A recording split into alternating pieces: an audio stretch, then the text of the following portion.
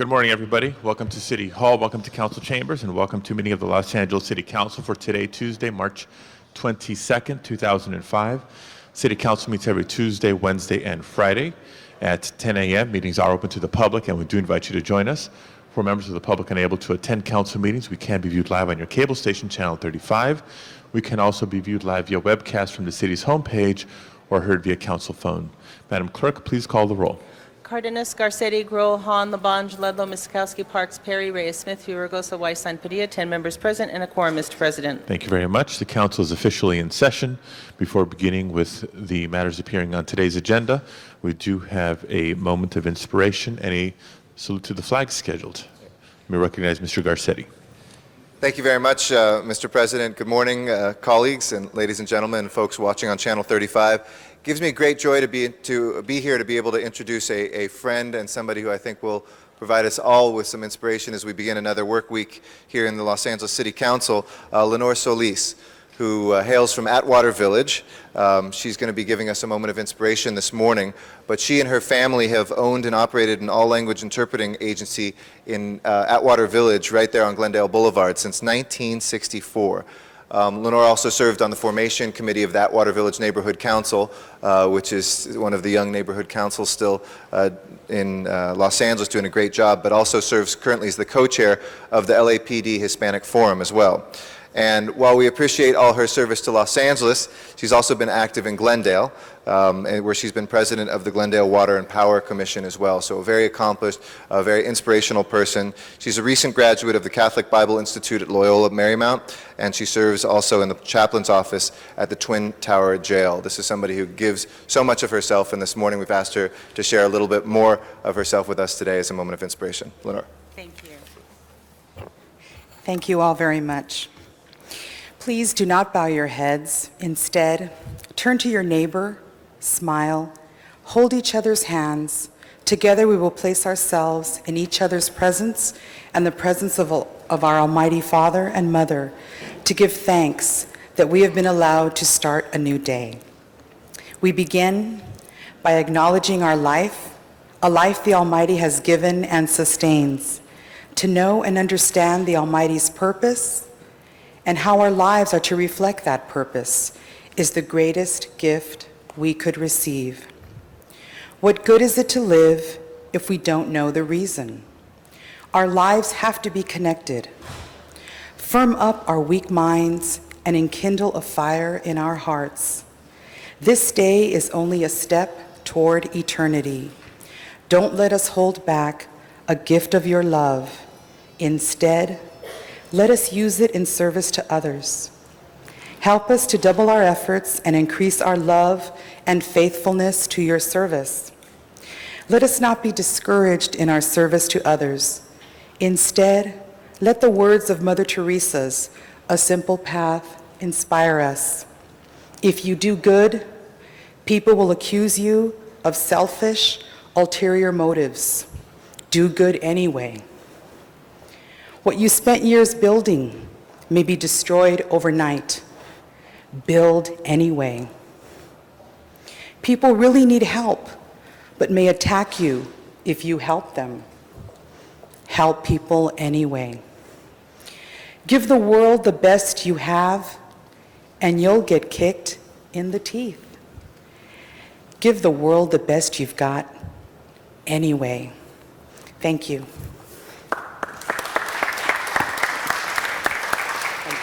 Thank you very much, Mr. President. Mr. Parks, would you please lead us in our Pledge of Allegiance?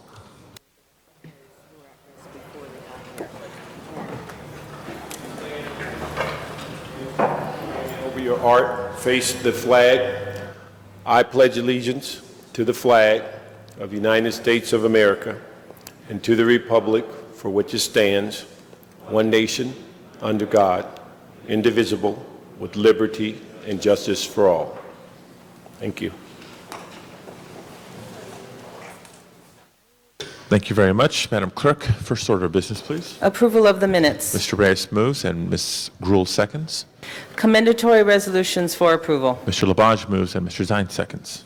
Mr. President, this is the time for comments from the public on items not on council's agenda. Let's actually dispense with consent items, and then we'll take general public comment up first.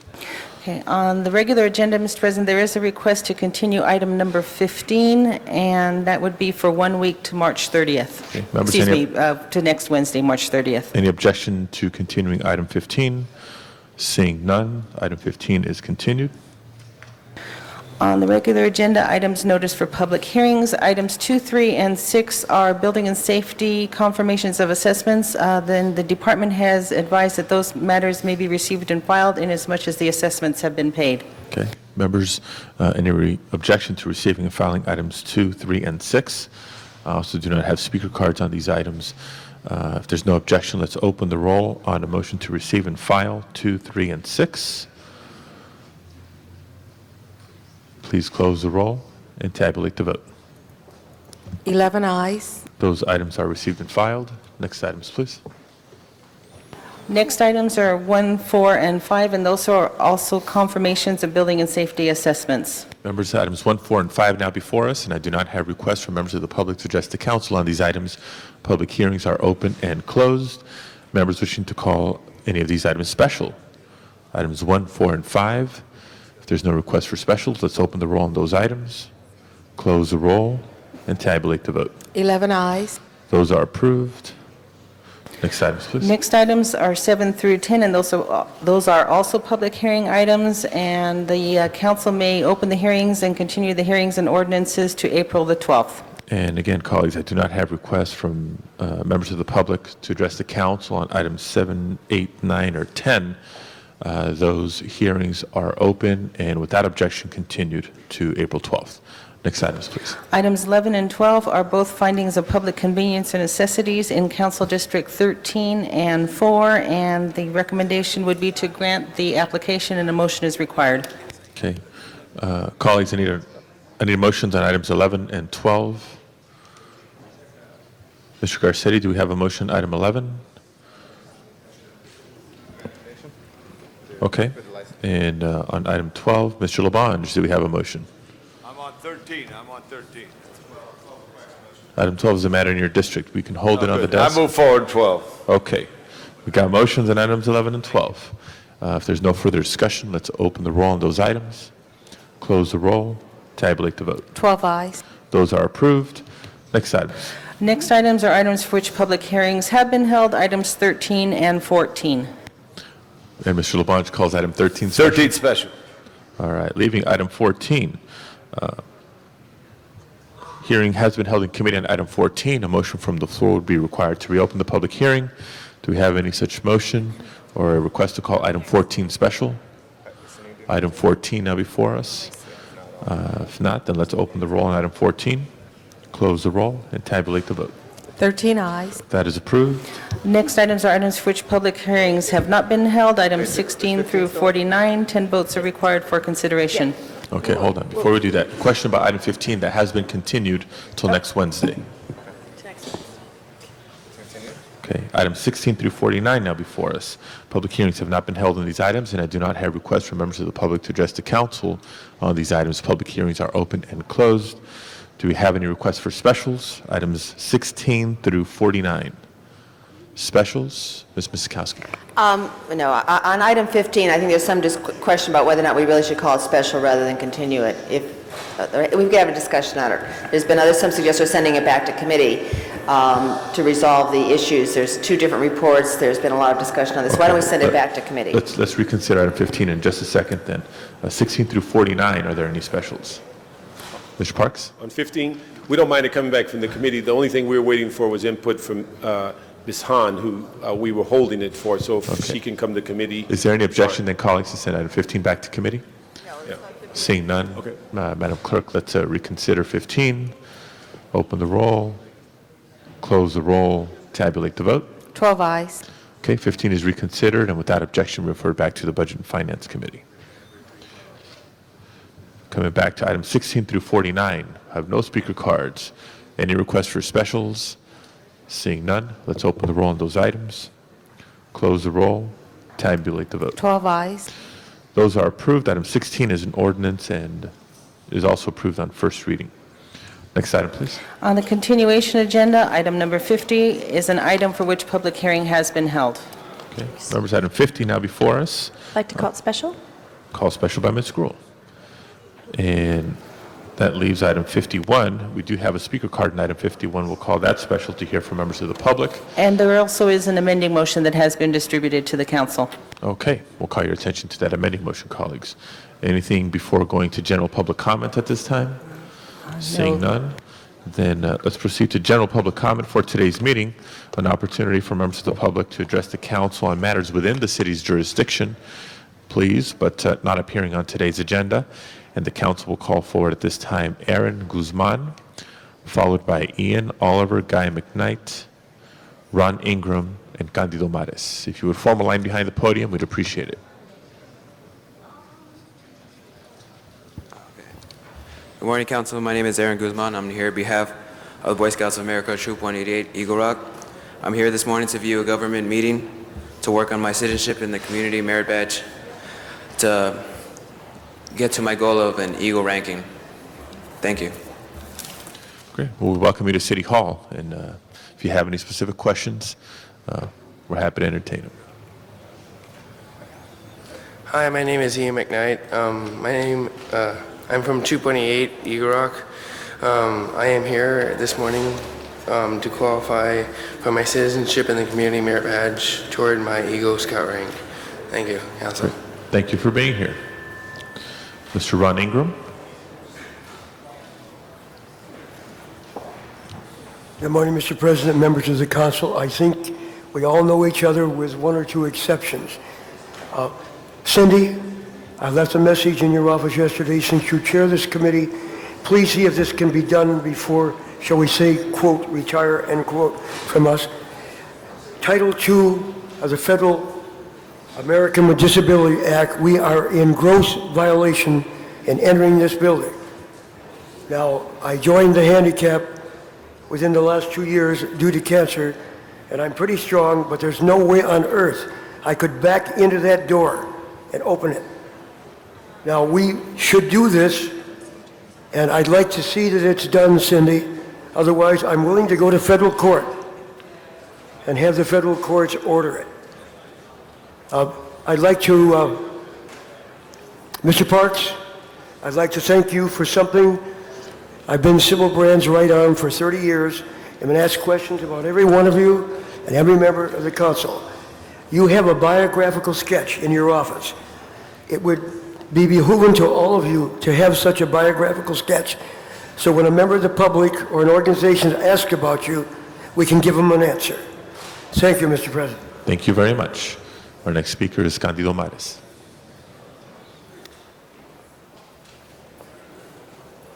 Good morning, Mr. President, council members. As I arrived this morning, I'm used to going to the where the officers are seated and they ask for your ID. Today, they didn't have their ID scanners. My concern is it was a safety factor, and I like the fact that I was asked every day to show my ID. I think it's very, very important. We see throughout the country that things happen, and you never know when they're going to happen, when individuals lose control of themselves and people are hurt. So I hope we bring back the ID scanners. I think they're important, and I hope they weren't removed because it was politically correct. Please, let's bring back those ID scanners. Okay. Thank you, Mr. Mares. This concludes general public comment for today's meeting. Madam Clerk, next item, please. Item number 13, call special by Councilmember Labange. Mr. Labange, item 13.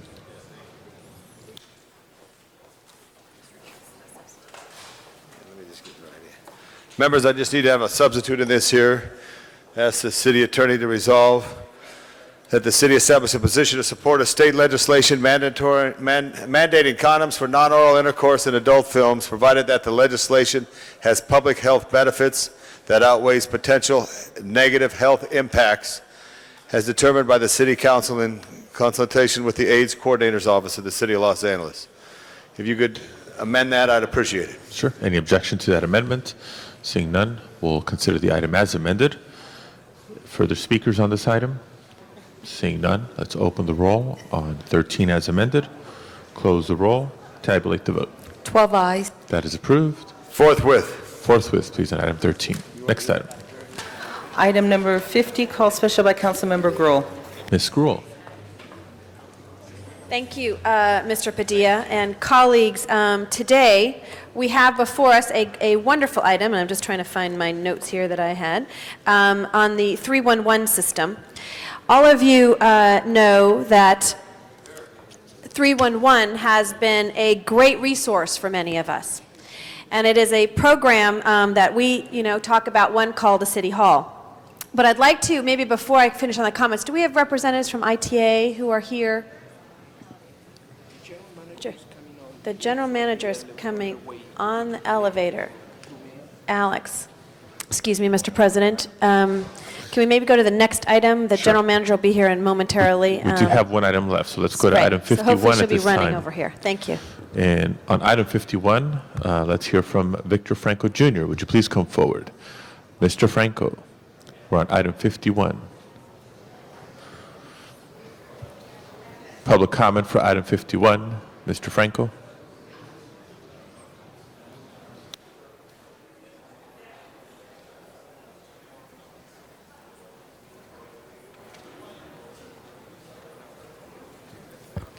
Morning, members of the council. Victor Franco with Central City Association.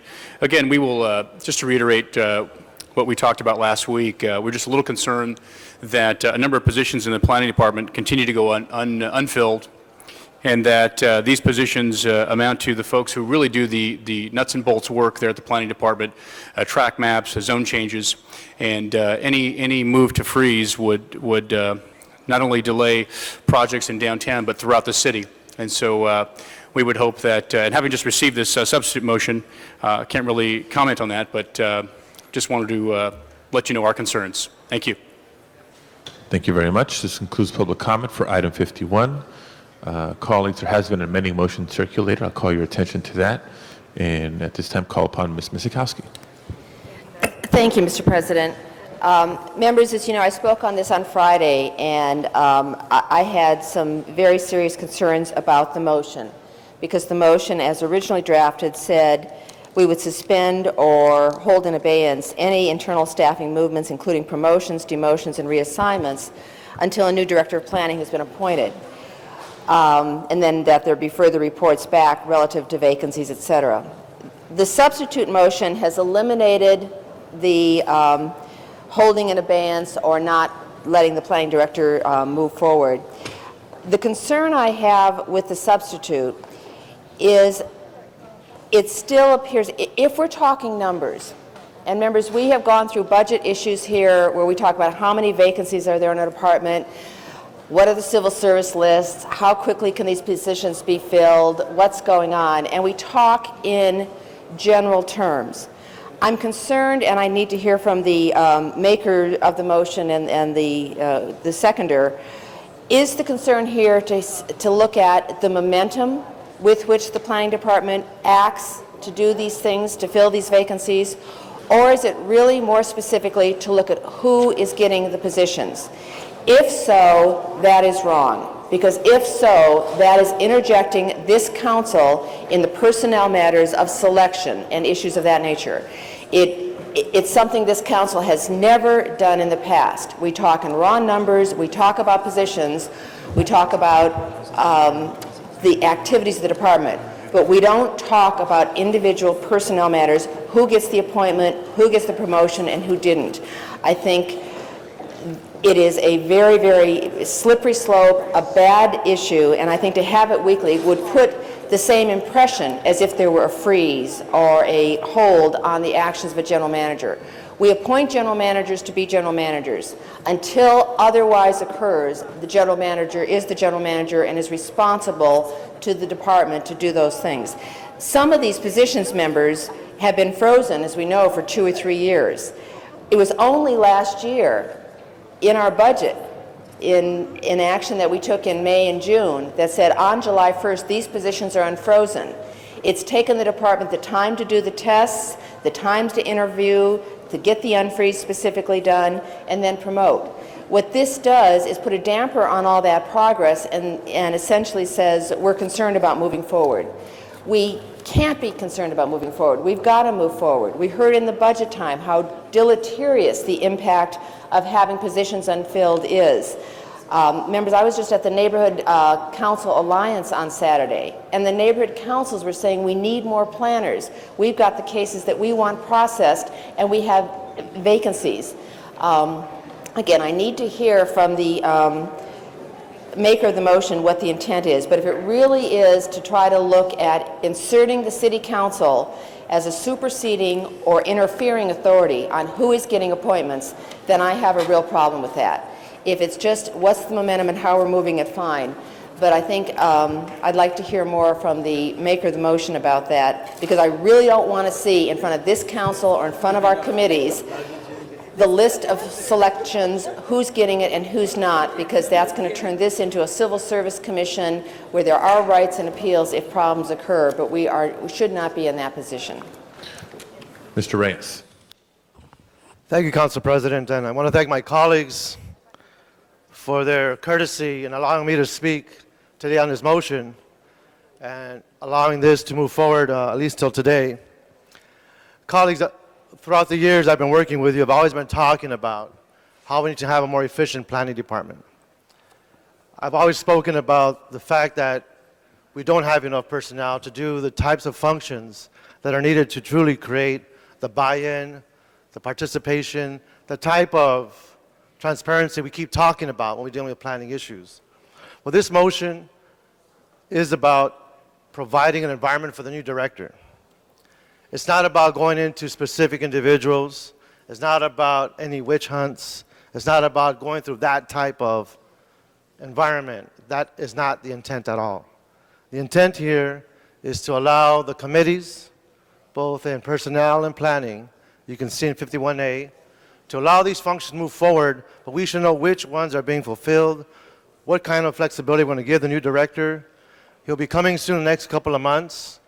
I'm not talking about holding back how we process permits. We did get calls from a constituent who said they were told at the counter that because of my actions, the planning department counter had to shut down, which is very, very ridiculous. It's a reflection, I think, of how we need to create an environment where there's high morale, create an environment where we can have at least a tool set for the new director so that they can make the necessary changes and moves for a department that's going to be more responsive, a department that's going to be more functional, a department that can be responsive to all our needs. But the bottom line is, and I appreciate Councilmember Zakowski's concern, it was not to boil this down to a point where we were going through individual issues, personnel, personalities, the microscopic decisions that a director should make. It was about protecting a department from a transitionary stage in which I was told by several members that moves were being made in order to put certain positions in a place that would not allow for the competition that is fair. So my bottom line is, let's create a department that's going to have the flexibility. Let's allow both the planning committee and the personnel committee to go through these weekly reviews. If we see these needs are needed, let's move them through.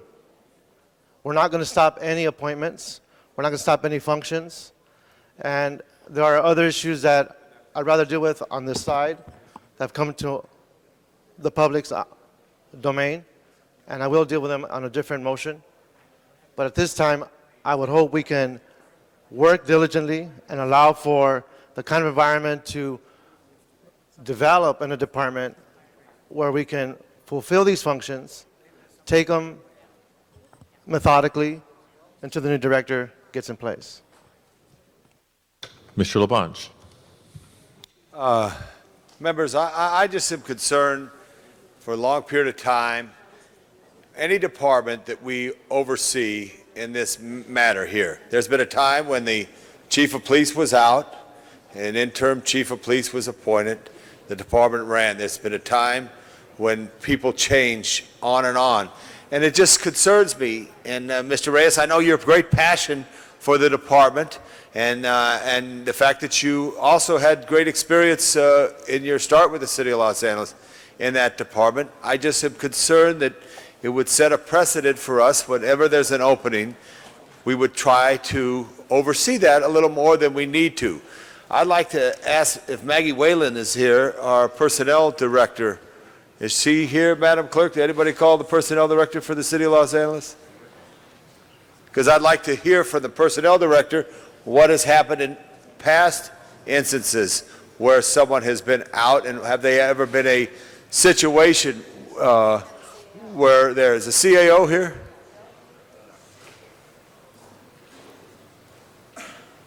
Mr. Fujioka? Hi. This particular issue here, what's your opinion of if you were going to issue a report, a one-page report right now, what would you recommend? I had troubles with the original motion. The fact that it basically took over the department head's ability to appoint staff, to appoint, whether it promotes staff or appoint pay grades and so on. I just read 51A that speaks to a report that will be provided. I guess, is that after the appointments are made? So it's on a weekly basis. The general managers as a group discussed this particular issue because it does speak to, separate apart from just planning.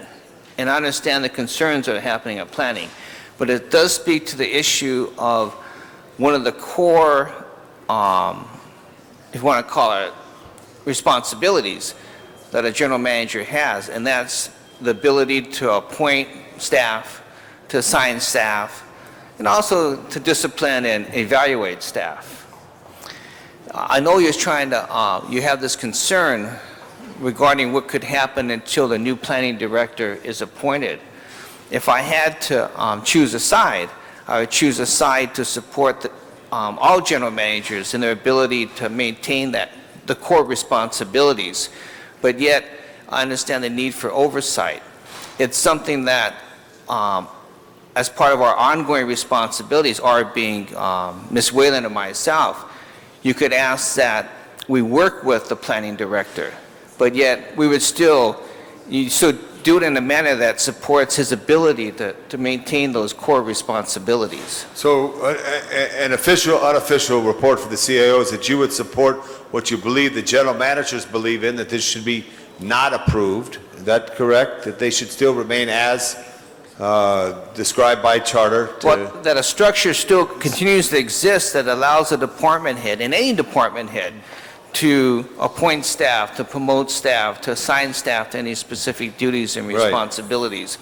Right. If you have a problem where illegal appointments are being made or improper actions are being taken, that still falls within the responsibilities of both my office on the employee relations side and then Maggie Whalen's office on the personnel side to make sure that doesn't happen. And then if we had a problem with, let's say if I had a problem with, let's say John Muckery.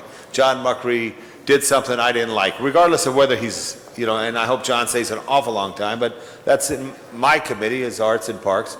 Okay, I had a problem with what he did somewhere. I've sent a letter to you and asked your employee relations to look into this activity. In fact, we did that on a complaint that a citizen made based on something as far as how an employee was being treated by another. I think recently in some part of Griffith Park, I recall that. That is the procedure that we should use as opposed to either be our office or jointly my office and our personnel department, because we do have, she has a special unit that would looks at employment practices. Do you believe it's the intent of what the maker of the motions wishes are could be solved by what exists within the CAO's office and the personnel department?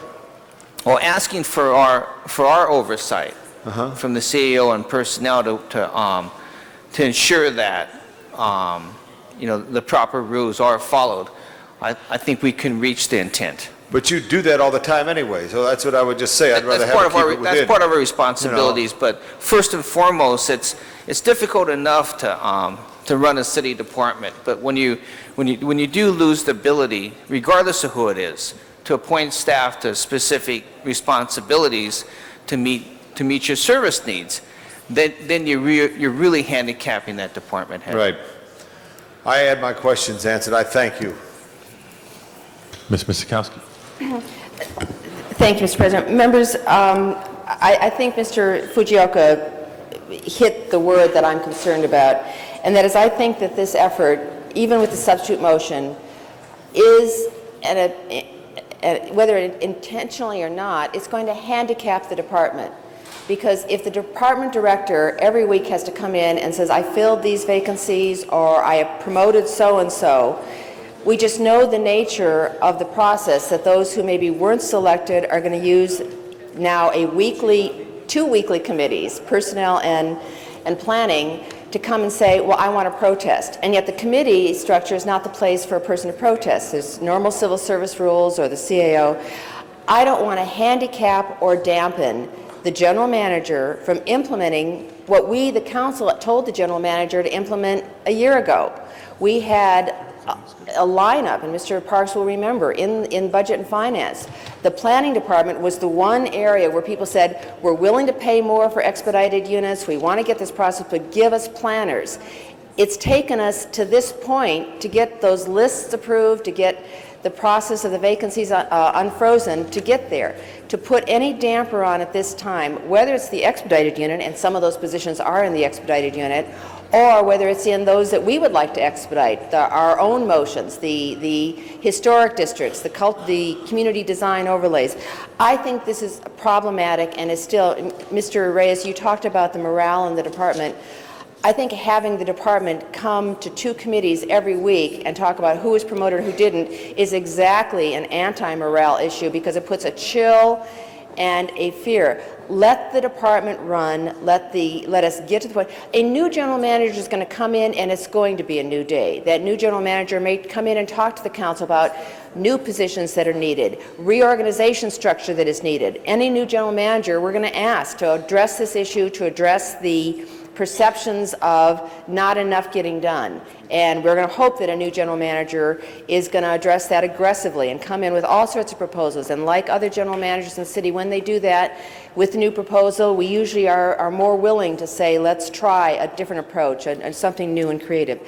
My feeling about this one is that it does put a damper on whoever is general manager and whoever is getting an appointment or not, because assume someone is appointed, they're not going to know for sure if that appointment is going to hold until it's come to committee. I mean, we didn't say that we're not talking about names. If we're just talking about raw numbers and positions and process, that's something else, but I didn't hear that said.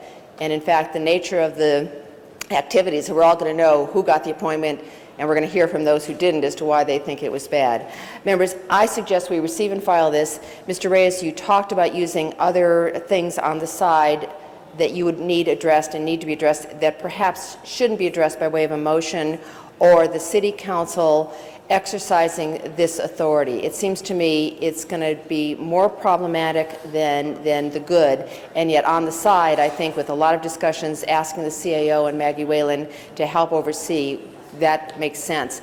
But I think we really need to let the planning department be the planning department, the general manager be the general manager, and get these positions filled. We all have a list of the backfill. We all have a case of the plannings that need to be processed. And we all hear from everybody in the community, whether it's a citizen appellant, whether it's a developer appellant, whether it's anybody who says, how come it takes so long to get something out of that department? Let's let these positions get filled, and let's then work with the new general manager when that person comes in for what and how we ought to address those issues, because it's pent up. There's a lot that needs to be done there, and I think the search for a new general manager will help do all that. But holding it back now is the wrong answer. Just for clarification, Ms. Miskowski, was that a motion to receive? There's a motion to receive and file, Is yes. there a second? Mr. Labange seconds. Mr. Ludlow, followed by Mr. Reyes. Thank you, Mr. President.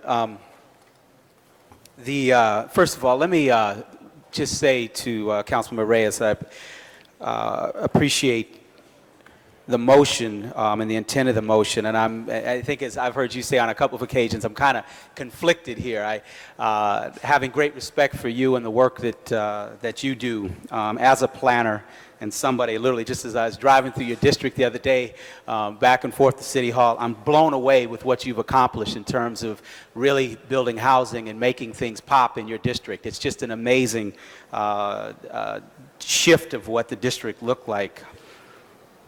I have concerns also, and I share with you the concerns that have been raised in the local papers in my district, La Opinion, The Wave, LA Sentinel. They have very aggressively talked about their frustrations with the lack of strategic planning that they perceive has been most absent in some of the lower income communities of Los Angeles and communities of color. They've also reported some very egregious claims of nepotism, favoritism, all types of isms in the planning department that have been, those allegations have been raised by our own city employees. And I think, colleagues, each and every one of us need to pay particular attention to where those complaints are coming from, and that they do appear to be coming from some particular units in our city planning department. I don't want, as we have often had the case where an incident with the Los Angeles Police Department casts a shadow on every employee in the police department, I don't want to do the same thing here with our planning department. I, in fact, want to take a moment to give rave reviews from many of the individual employees in our planning department who have done some great work. Having said that, and again reiterating my concern about some of these charges and allegations that have come out, and I think, colleagues, there's something here at the heart of what Mr. Reyes' motion is, that every one of us as public policy leaders in the city of Los Angeles ought to heed. It's difficult to move into a place that in some cases would begin to micromanage the process over the next few weeks and set a precedent in place. In speaking to just some of the general managers here that I respect immensely, and also just some of the colleagues here that have many more years than I do in planning issues, it's hard to set in place a process that would set a precedent, as one general manager put it, that really speaks to what the will of the voters were when they passed the charter reform and beginning to give a little more authority and power to the mayor. Now, having said that, colleagues, I'm going to ask two things. One is I cannot support this motion as it is right now, Councilmember Reyes, but again, I want to commend you for your leadership in bringing this issue to light. What I would ask is that we look to an audit of this department, because I want to say to each and every one of you here that the allegations that have come out in this department take us back 30 years in affirmative action, take us back 30 years in promoting people who are qualified, 30 years in promoting people that have the skill set, the credentials, and the vision. And I think that is, it's frightening to hear what's happening in this department. And so as we begin to look forward to the next general manager, I think that general manager ought to have at his or her beck and call the findings of an audit that actually spends the time and the resources to do the due diligence to look into these claims and these issues. I'd like to see the chair of our personnel committee get an opportunity to weigh in on that. I'd like to see those of you who are former planners. I know Jan Perry is a former planner, and yourself, Mr. Reyes. I forget who else is on this committee that are former planners. Mr. But I want to see this come out in a way that that actually moves us forward and sheds some light on the bigger issues. So I think the way to move forward is to hold this. If we want to receive and file, maybe that's the way to do it. But I'd like to ask the author of this motion to perhaps join me in a motion to ask for an audit of the department and the hiring, the promotions, and also the way in which the specific plans have been created and not created in certain parts of the city. In closing, Mr. President, I want to just commend Councilmember Parks. He and I joined together to help move forward the Crenshaw specific plan, something that had waited 10 years to get to this moment. We did it in 10 months, and it should never have taken 10 years to get to the light of day. And so I think, Mr. Reyes, you're on the right track. I think this motion may not be written in the best way to move your issues forward. Thank you. I have Mr. Parks on the queue, and Mr. Reyes waiting to speak for a second time. Yeah. Thank you, Mr. President. I would just like to say from the standpoint of a prior general manager, I don't think you can stop the process of a department working no matter what the circumstances, no matter what our fears are about individual activities. The work of the department has to go on. And the only way it's going to go on is to have an interim general manager that makes decisions. Now, that interim general manager shouldn't be reorganizing and putting forth brand new concepts until a permanent general manager is forthcoming. But I don't think we can manage it from here, nor do we want to be in the bowels of that organization deciding on what the assignments are, what the promotions are, what the level of emphasis are on a day-to-day operation. I think we have to allow that department to run because the development community is expecting them to produce a certain amount of work. Certainly, each council member is expecting to produce their work as it relates to IOCs and a variety of things that are pending. But I just don't think we can put them through, particularly at a time when you have an interim, to where they're coming before committees on a weekly basis to discuss how they're managing the department. We basically will close them down. That's not a way in which we've allowed any other department to go through an interim when a general manager's moved on. And so I would suggest that we certainly support the person that is in the interim position, but also let them know that there are parameters in which they must work under, but they certainly are not going to be held to any different standard than any other general manager in the city, nor can they survive by having a council or two council committees run the department in addition to their other responsibilities. So I think we need to continue to go forward as we have in the past. We've experienced several general managers leave the city in the last 2 years. And each instance, the interim came in, each instance, the department continued to function and produce the work. And that's what we have to continue doing. Mr. Reyes. Thank you, Council President. I'm listening to your comments, and I agree with them. But I do want to emphasize one thing. This was not intended to last forever. This was intended to be in place in the interim because we do not have an interim planning director. The fact that the planning director isn't even here, or his managers, the fact that they don't even show up to committee, there's a whole process here that needs to be understood and analyzed and taken care of until we get the new director here. Mr. Fujioka, would you mind? When are we expected to have the new director in place? I understand the search is being done, but a brand-new process has been installed, which will include input and participation from our neighborhood councils. Because that in itself will cause the process to take a little bit longer, probably longer than normal. So I wouldn't expect to see a new director for at least 3 more months. So given that information, I'd like to amend the motion, Councilman Zine, to say that they come and present a report to us once every month during those 3 months, that this action sunsets, actually goes away once a new director comes in place. All I'm asking, colleagues, is that we understand what's happening with that department. Now, if this department was like any other department, we didn't have the charges of nepotism, we didn't have the charges of racism, we didn't have the charges of the types of attention given to only certain parts of the city, not the others, and that's made evident by the products that have come out of that department in the past 10 years, I wouldn't be standing here speaking like this. I would have the confidence of the department head, the general manager, to do his job or her job. But the fact is I don't have that confidence. And the fact is that I am very concerned as to how this city has been treated. And I'm very concerned about the misappropriation of resources. 2 years ago, we provided block grant funds for this department to use for certain functions that would help out our respective neighborhoods. They never used the money. They let it go back to the general fund. We have vacancies that have been in place for years that have yet to be filled. We have people who with masters fulfilling functions of clerical work. Now, if we had a department that was functioning the way we would expect it to, then I would understand the concern for my actions. But my actions are very specific in terms of its duration. It's only until the new director comes. I'm willing to amend this to do it monthly.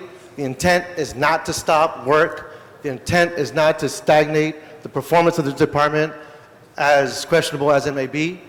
My intent is to uphold, give support to the, I like to call, the unsung heroes who are in there working all the hours they are asked to work, enduring the kinds of pressure that they are enduring because of some of the actions taken by management. And again, I'm trying to be as diplomatic as possible, given all the other accusations that have gone on, what's already been viewed in the various public domain and the internet, what's going on with staff. It's not pretty, but I felt very compelled to take this action. And again, I'm not being like a bull in a china shop. I'm not stopping the department's performance. I'm trying to make it accountable. So if it is the wish of this body to lengthen out the review process to once a month, I'm fine with that. Let it sunset, let it go away once a new director comes in place. I'm fine with that. That would be two friendly amendments that I would hope my co-signer would support. The intent is not to micromanage this department. The intent is to give a clear message that we're concerned what's happening to our communities, the lack of performance, and making them accountable. Thank you. Mr. Zine.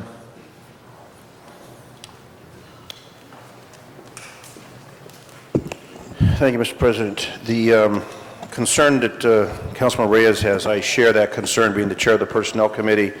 I was given this morning a summary of Planning Department vacancies. Classification, status, exempt, and remarks. There are 8 vacancies in the non-exempt category. There are 15 vacancies in the exempt category. They have not been filled. There are 18 vacancies in the exempt category. They have not been filled. The question I have is, when you have vacancies and you have exemptions for those vacancies, and those vacancies aren't being filled, and then now you have 8 exempt vacancies, and we're asking for a review, who is running the operation? Where are the bodies? If you have exemptions and you have vacancies, they should be filled. And this clearly shows that they're not filled. So the question is, what's happened to those positions? Why aren't those positions filled to do the job that they're supposed to do? Additionally, I've received a number of complaints from developers that have complained about the department for a long period of time, and we're trying to make it work smooth. So when we look at, are we micromanaging it? I don't think we're micromanaging. We're just trying to bring it up to a standard that we all want in this city council and that we want for the people of Los Angeles. So I understand Councilman Reyes' concern, being the chair of the PLUM, being the chair of the personnel. We want to make things work correctly. But when I look at this, which was handed me this morning, there seems to be a big gap between those positions that could be filled that aren't being filled. And I asked for the planning department to explain why aren't those positions being filled, since there's already exemptions for those positions. Again, 18 positions and 15 positions, and then there are 8 positions, senior city planner, et cetera, 8, they are not exempt. So Mr. Fujioka, maybe you have the answer to that. If you want to see this sheet, I'll be happy to share it with you. I think we need to make a distinction between the filling positions that have been unfrozen by this council as quickly as possible versus who is being appointed to those positions. It appears that there's concern on one end with respect to who will get the positions, not when they'll be filled. Well, there's 2 issues. That's one issue. The other issue is you have exempt positions that are not being filled. So there's 2 questions. I understand that, but the distinction between who is going to get that position or when. Right. The when is something that the department head can easily answer and expedite, but still maintain his responsibility and authority to fill those positions. The who is something that, what I mentioned, that someone like, it'd be myself and the personnel department providing some oversight to ensure that our city civil service and then charter rules and administrative rules are followed to make sure there's no legal violations. That's something that we're empowered and that's part of our responsibility to ensure that happens. And so there are two different issues here. There could be a host of reasons. I haven't seen that list. A basic reason could be, and I don't want this to sound like a criticism of personnel, but a basic reason could be that a list hasn't been promulgated yet. If a list is not available, then the department can't fill those positions. It could be a function of the interview process.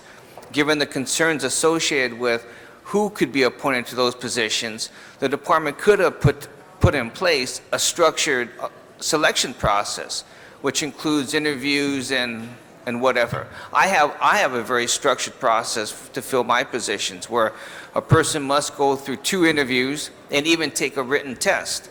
It's separate and apart from the civil service examination because we're very selective, and it takes a period of time. So, not having seen that list and not knowing the circumstances, I don't want to guess on what's causing the delay. And I wish the general manager was here to answer some of these questions, and it might be easier for us to address those issues and concerns. This came up last week. We continued till today. Maybe someone's here from that department that can answer those questions. You're not the general manager of that department, but if there's someone here. Mr. Zion, Ms. Kirkwood is here from the planning department. She could answer some of those. I was going to call on her. And also the director of the planning is at a conference, okay? So that's why he's not in this city council today.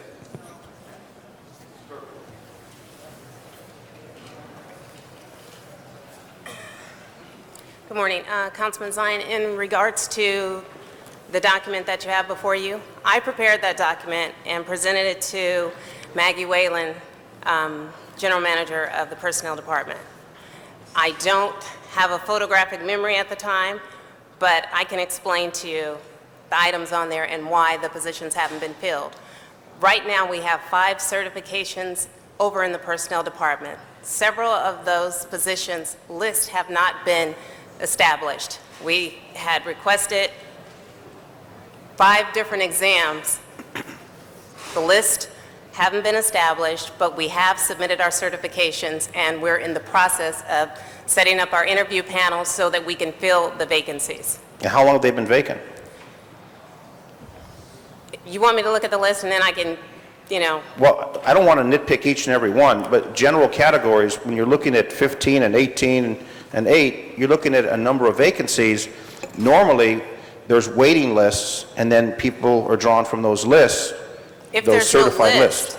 if there is no eligible list, you cannot Well, that's part of the certify anything to make an appointment. I understand that. That's part of the planning process, is where you plan to have people in categories, so when the vacancies come up, we can draw from those lists and fill those positions. And if we wait for all the positions to become vacant, and then we do a list and do testing, we're going to always be behind the curve. I don't know how the process works with No, it's planning. a process that several, Personnel Department is over the examination process. As a department, you submit your request for an exam to be administered. They put it on a schedule, they run it on a calendar, they do the boards. That's a 6 to 8 month process in the Personnel Department. We have no control over that. We submit a request when 2 years, you have up to 2 years. When you Correct. anticipate a vacancy, we knew 2 years ago we were going to have zoning administrators that had planned to retire Correct. in 05.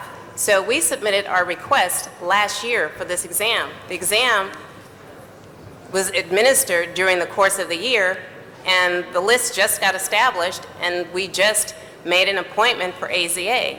Okay, So so are we- it's a long process. It's not something that we're totally So I in understand control that. of. Are you now saying that the personnel department in their testing process is the holdup here? I'm not saying that. What I am saying is that the planning department is not in control of the entire process. It is our responsibility to inform personnel when we are anticipating a vacancy. They run the course of the exam. We certify the list once the list has been established. And you're saying the lists have not been established, Some of the lists have not been established. which is the personnel department's responsibility. That is the personnel department's responsibility. Okay? Okay? Thank you, So Mr. Zion. the positions that are vacant, where there are exemptions, that is still a process where Personnel Department is involved in giving the testing so you can fill those positions. Exactly. So now we need to hear from the Personnel Department as to their process and 'Cause why even there's a when- hang up there.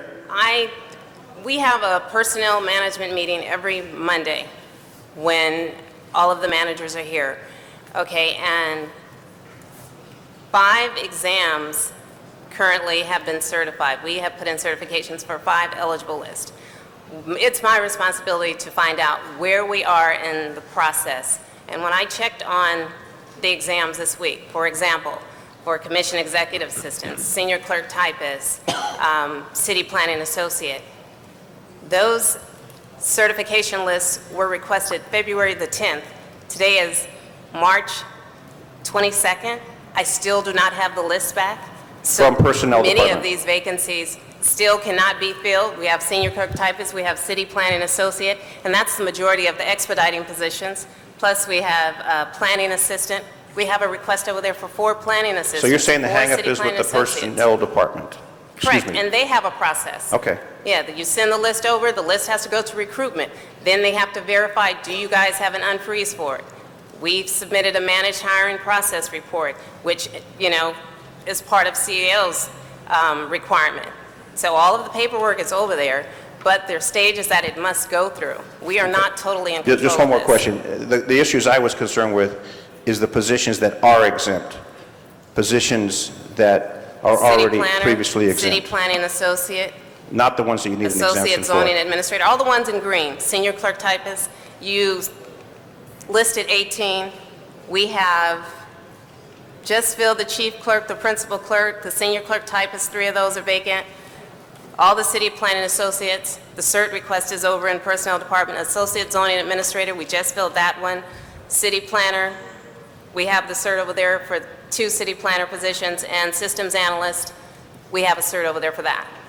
So, You're using the word exemption to mean exempt from civil service. It's not. The exemption means exemption from the freeze. I understand that. So they still, every exemption that you talked about still has to go through civil service, because it's not saying they can just pick anybody they want. They've got to go through the testing procedure. So exemption doesn't mean it can be done easy. It just means the process begins, which is what's taken a year to get to. Well, that's the concern I have, is why does it take that long when they put the request in to Personnel Department to move that forward? If the Police Department did that and the Fire Department did that, we wouldn't have any police or firefighters because the lag would be so long. That's what I'm trying to figure out, is where the blockage is. I don't know if the Police Department is held to the same standards. I mean, because we have a managed hiring process procedure that you have to submit to the CAO each and every time you want to fill a vacancy. You have to identify how much it's going to cost for each position from now until June the 30th. Right. In addition to that, you have to identify where the funds are going to come from. And in addition to that,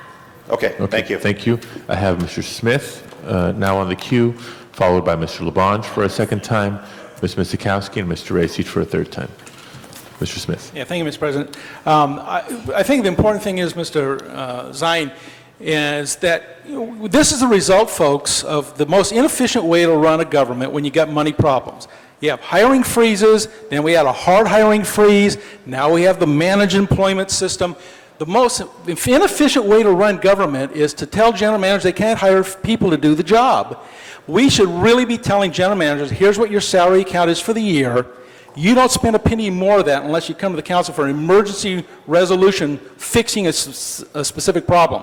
But what we've done is we've created huge holes in organizations that they cannot be efficient. And that's the result of decisions of this council with hiring freezes. It's the wrong way to manage. That's a different issue. What's before us today is what are we going to do with the planning department, a department that's really messed up because of the hard hiring freezes, because of the holes this council has created in that department, and because of the situation with the change of management over there. I think the worst thing we could do is glue it into that position and keep it there forever. So I do not support the proposal, Mr. Reyes' proposal, to lock us into this hole that we're in. Let them dig themselves out at least partially and move forward to being more efficient. But I do not think we need to have even the amendment, because we have been in Budget and Finance Committee. Mr. Parks has heard this issue almost monthly on all the departments, on the vacancies that are in there, what's going on in those departments. We just started in January the new managed process, which is a step at least in the right direction. I don't agree it's the answer, quite frankly, but it's a step in the right direction where we're looking at every request and beginning to let some of these freezes expire and fill some of those positions. That's the way we need to be managing. It's the right direction. I don't think it's the total right decision, but it's at least in the right direction. Let this department go forward and fix the holes instead of cementing them over with an artificial freeze on everything that destroys the department's department, and I think we just need to move forward. So I do not support the proposal. I will only reluctantly support the amendment. I think Mr. Miskowski's proposal, and that is that we just receive and file this. Let the two committees that oversee this take it up on a monthly basis if they wish, which we're already doing in public finance. And Mr. Zine, if you want to take it up in personnel, as chairman of the committee, you can do that. Just bring them there once a month with the CAO or whatever, and once a month and ask those questions. We're doing it in the finance committee. You can do it in personnel. We don't need to pass anything to do any of that. So I support Ms. Miskowski's amendment. Okay. Have Mr. Labarge for a second time, followed by Mr. Ludlow for a second time. And before we start peppering Ms. Whalen with questions, let her catch her breath. Thank you for joining us. Thank you. Maggie Whalen from the Personnel Department. I'm Take a deep catching my breath. Hold on. breath. We're not asking you questions yet. Take your time. Mr. Labarge. Thank you very much, Mr. President. Mr. Smith, thank you for your remarks. And I like what you said about give people a budget, have them manage it. If they go over it, take serious steps, but have management, have them fill those positions. You support that, don't you, Mr. Fujioka? Your general managers do, right? Yes. Your general managers do, but maybe the CEO doesn't. But please, we've had a very difficult 3 years here in the city with respect to our finances and the budget. We are starting to see the light at the end of this terrible tunnel. In fact, as we go forward with the budget for 5-6, we'll be able to report on some very positive aspects that's impacting our city finances. I can't share all that now. I think you know why. But what has allowed us to get through the last 3 years has been the fiscal prudence and responsibilities exercised by this council and by the mayor's office. And that's something, I know there's a balance we all try to strike. We try to strike to give the general managers the tools. But the other part of that balance is to exercise that fiscal restraint, and with that responsibility to ensure that we have the wherewithal to meet our core services and have enough money to carry from 1 year to the next year so that we're not always in that deficit mode. But there is that balance. Thank you, Mr. CEO. Maggie Whalen, were you listening over in your office? I was listening and then I drove madly over here, so I know that I missed the portion of the conversation. However, one thing I want to make very clear is there are eligible lists for senior city planner, city planning associate. I understand that the department made the representation that there were no eligible lists, and that in fact is not true. Well, that was maybe a misstatement. I don't think it would be done. Perhaps. Yeah, okay, good. So Ms. Kirkwood was trying to provide information. Let me ask a question. The director of planning is retiring when? The director of planning has agreed to stay on until such time as his replacement is identified, is Great. my understanding. And right now we have a nationwide search going? We do have a nationwide search. We're also looking into some other methods whereby we could increase the candidate group. Right now, the last date of file is March the 25th. However, we want to make sure that we have an adequate candidate group, and we're not certain that that's going to pan out. So we may extend the last date to file and use some other measures in order to increase the numbers. Now, are you a member of the General Managers Association? I am the president of the General Managers Madam Association. President. Thank you. Mr. President. Two presidents in the same building. This is a big concern to general managers of this city, right? Yes, it is. You know, and I got to think that general managers are important. Whether you have a challenge one time or another, which we've had challenges one time or another over, I've been kind of watching this for 30 years almost now. By and large, general managers should be general managers and independent of the, with the mission to do their job and to make sure that things get done right and correctly. Absolutely. Okay, good.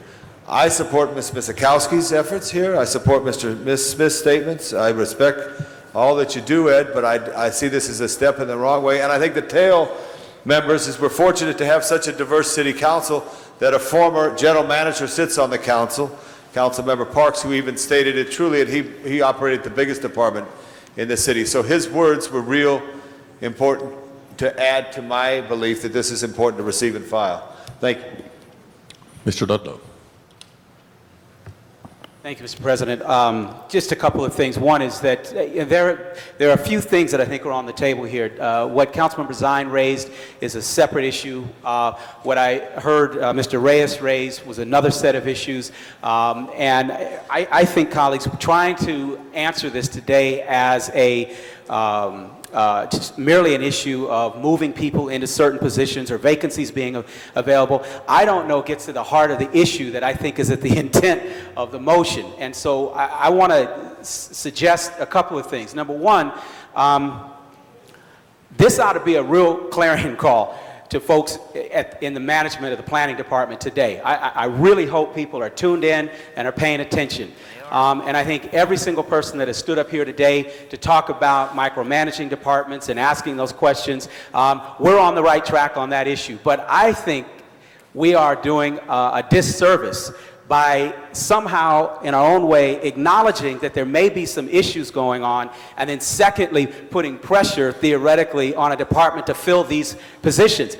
My concern is that we fulfill the concerns that are being raised here. If we are saying on one side that we're concerned about nepotism and favoritism and a variety of other issues that are coming up in a department, and then on the other hand we're saying, you know what, you got all these vacancies, we want you to go in and fill them right away, we're not fixing the issue. And so what I would suggest, as opposed to micromanaging the department and moving forward on the motion today, right at this moment, I would introduce a motion that we hold this for a week, continue this for a week, because I think, colleagues, there's more going on here than we're actually putting on the table. And I'm real concerned that what I'm hearing, just in some of the backroom conversations here, that not all the issues are being put on the table.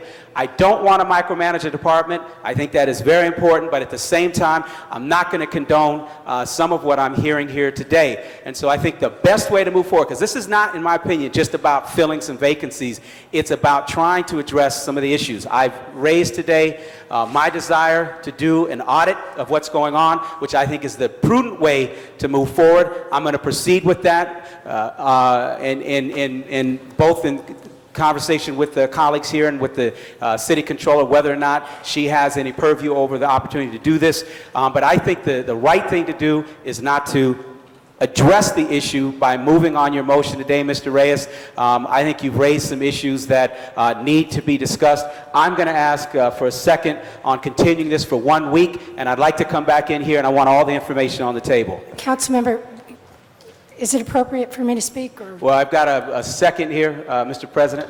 Go ahead. I just wanted to let the council members know that the Personnel Department completed an audit of the Planning Department probably a month ago, as it related to their Mag, selection. I think you're great and you're doing it, but I want to make sure we're all real clear here. This is not just an audit about hires. This is also talking about plum assignments. This is also talking about where planning tools are being utilized in parts of the city and not being utilized, and why. So there are three different areas that I think we need to be digging into here as a public policy body. One, which gets to the issue of are we micromanaging, and I think your audit could shed some light on who gets hired, who gets fired, where the promotion's happening, how often do they happen. I'm sure your audit can shed some light on that. I doubt seriously that a personnel audit would speak to the types of assignments that planners consider as plum assignments within their own industry, and I seriously doubt that that type of an audit would speak to how planning tools are being utilized equitably or the lack thereof citywide. So again, I think your audit can be very helpful on at least one of the three concerns that I'm hearing coming out of this discussion, and we should all look at your audit and we could probably glean a lot of information from that. May I make one other point? You can make as many points as you care to make. Thank you. The other point is that the majority of the vacancies that are in the Planning Department are civil service positions. So they have been tested by the Personnel Department, and they are subject to the rules of the Charter and the Civil Service rules. So as far as improprieties on the part of management, we did study the selection process and found that there were no problems as it relates to the selection process, for the mechanical aspect of the selection process. I can't speak to the fact that there are people who may have been disappointed that they didn't get an appointment, but as far as compliance with the Charter and compliance with the Civil Service rules, they were found to be intact. And I think, again, I'm putting a lot of faith in your audit. I think the value of colleagues who are weighing in on this to be able to look at that, study it. Some folks may get more comfortable based on that, but I think casting a vote here today, colleagues, to execute on this item before we've all had a chance to do that, I see that as one of 3 areas of research we need to do. And so for those of you that were anxious to receive and file this, I'm asking you to give us another week, all of us another week, to study very significantly what Mr. Reyes has raised, and I think also what Mr. Zine has. But I think there's a third issue that hasn't even gotten onto the table here today that I don't think falls under the purview of the Personnel Department in any way, shape, or form. And I think we need to find an accurate way to bring that out here into the light of day. Ms. Misikowski. Thank you, Mr. President. Members, I think we've heard a lot of discussion, and I think we hear a consensus that one of the things we ought not to do is impede the department. The motion as it was originally drafted, which said hold in abeyance everything, did impede the department. We've now heard today that that element is being taken out of the motion. So at the very least, one of the things we ought to be saying today is, by way of the maker of the motion and the amendment today, is that first part of the motion, which said hold in abeyance, is going by the wayside. It means that at least if we continue it for a week, the general manager is being told to be the general manager and do what's necessary. If there are lists, if interviews have occurred and vacancies are being appointed, that should continue. In the next week, if we continue it, and I personally still believe, and I think I've heard the consensus around here, that receiving and following this motion was the sense of what we thought would be best to not impede the department, made sense. I think if we're asking maybe the CAO and the Director of Personnel to work with us and the maker of the motion and others to look at what we might do in the next week as we have other considerations. We heard a suggestion that, and we've heard a lot of things. We've heard some things that there are things that are not being put on the table. Well, this is a city council discussion. If we're talking about things, let's put it on the table. We heard that there were allegations of nepotism, of problems in the testing. We heard our personnel department say they did an audit. They examined exactly that thing, at least on the testing. Testing is not done unilaterally behind back doors. It's done up front. There are rules. There are grades. If someone doesn't like a test score, that list isn't certified if someone wants to challenge the score on that test. Our personnel department says they have audited that they found no problem. Now, we may take issue with their audit, but at least that's there, and I would ask Maggie if you send that audit to all members of the council, particularly if this is going to be continued for a week so that we can read it. Sure. But members, we are going to get into the process of doing what we say we're not going to do, which is micromanage. We are looking right now at doing it because there may be some months ahead over which a GM may or may not be selected. We heard the personnel department say that at this point, maybe we haven't gotten as broad or as good a number of people who are submitting. We want to make sure we get that. All of the things we're talking about are putting a damper and an inhibition on trying to get the best. We want people pouring through the door to say, I want to be a manager of this department. We want good applications. We want people taking tests. We want to keep it open and as vibrant as possible. A lot of this discussion is having just the opposite effect. I have no problem. Again, I think receive and filing makes the most sense, but if the consensus is to continue it for 1 week, let's ask the GM to be here at that time. But let's not further impede, let's not further dampen, let's not further create the chaos morale. One of the things that's happened, and we haven't mentioned, is, as we heard, there are tests that have been certified for assistant planner, for associate planner, and some of the others, clerk typist for, just to get the reports out. And members, people who are on those lists that were certified have been told that this council didn't want those positions filled. You may say, we didn't say that, but that's what the motion said. talk about morale, someone who has gone through the 9 months of a process, get through a test, be number 1 or number 2 or number 3, and having a number of positions, and are told, wait a second, we're halting everything. That is the worst impact we're hearing, and it's why I think we've heard of some of the issues in the planning department of being very upset, being concerned, because people who know this process better than we do, because they're the ones who live it and survive and advance by this process, have gone through the process, and this council has said, hold it a minute. We should not hold it a minute. We should let this department go forward. If there are other problems, we have other mechanisms to deal with it. I have no objection to Mr. Ludlow's idea of let's go even below the surface of what Maggie might have done and look at the question of, is it, well, not necessarily on the testing, not necessarily on the promotion, but how about 2 equivalent people, 2 city planning associates? Is there a better position in the planning department, a plum position where that city planning department associate gets more plum assignments? That's an appropriate audit question that I think we can discuss with Mr. Ludlow through a motion and perhaps the controller. But members, we can't impede this department, and that's what part of what we've been doing has had the deleterious effect, even if not intended. So if we continue for 1 week, I ask that we really decide it, be done with it, and or come up with, perhaps with the discussion of the personnel department and the CAO for assistance in how we can get at those issues that are perceived, that perhaps are not being talked about around the horseshoe, publicly, but to get a handle on it, and perhaps have the CAO and personnel overseeing and just reviewing and making sure that as things go forward until a new GM is in place, that it's proceeding with the intent of the council policies, with the intent of all of our civil service rules, and dealing with that. It then takes out from our horseshoe the issues that I don't think we want to see. We don't want to see a weekly meeting come to committee and then council saying, so-and-so got the promotion, but so-and-so didn't, and let's have a hearing here with all those people acting on that. That would be the worst thing that we could do to our personnel, to our department, and to our process. And that's why I think we've got to move forward, let the planning department fill those vacancies that we said were exempt, and they've taken this long to get to the point where they can start to do it.